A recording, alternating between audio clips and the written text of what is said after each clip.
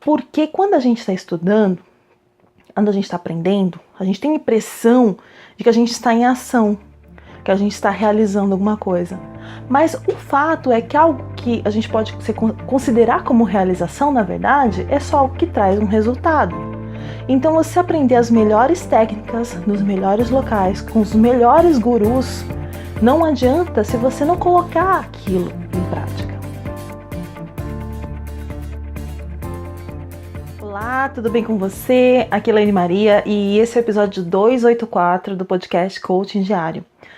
E outro dia eu estava conversando com um amigo meu, um amigo muito querido, uma pessoa assim que eu tenho em alta conta, que é uma pessoa que é muito estudada, sabe, uma pessoa viajada.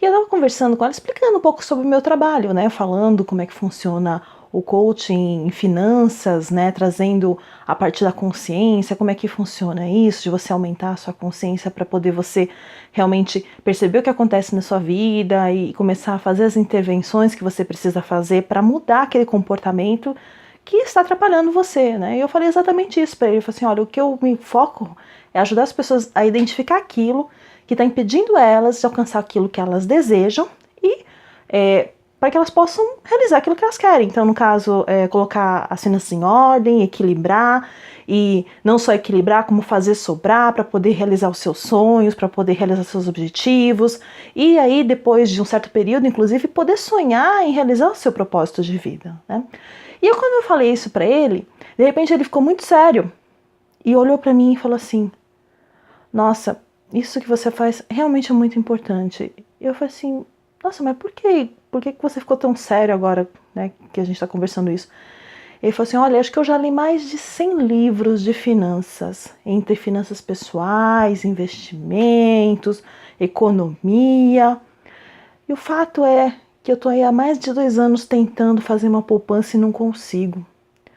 Eu começo, eu até guardo um dinheiro por mês, mas de repente no outro mês eu já tenho que usar.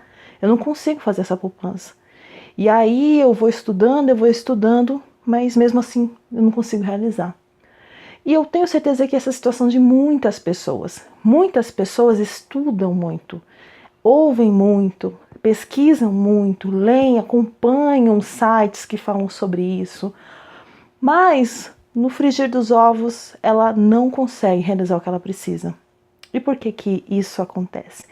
Porque quando a gente está estudando, quando a gente está aprendendo, a gente tem a impressão de que a gente está em ação, que a gente está realizando alguma coisa.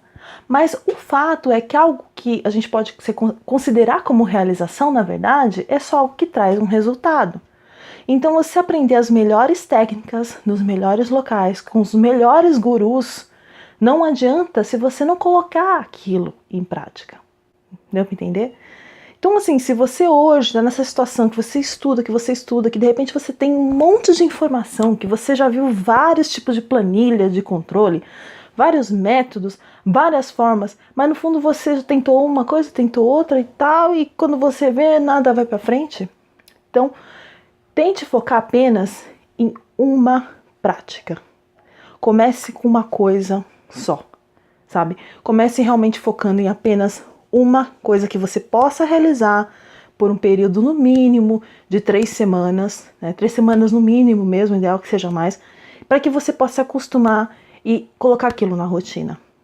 Colocar novos hábitos na nossa rotina faz parte também da gente adquirir a habilidade de criar novos hábitos. Então isso também é uma habilidade que você não vai usar só para finanças, Por exemplo, você pode começar a anotar os seus gastos todos os dias, mas quando você adquire a habilidade de adquirir habilidades, ou seja, de criar novas habilidades, você vai conseguir fazer as mudanças que você precisa aos poucos, adotando aquelas rotinas. De repente, quando você percebe, aquilo fica tão automático que você vai sentir falta se você não fizer.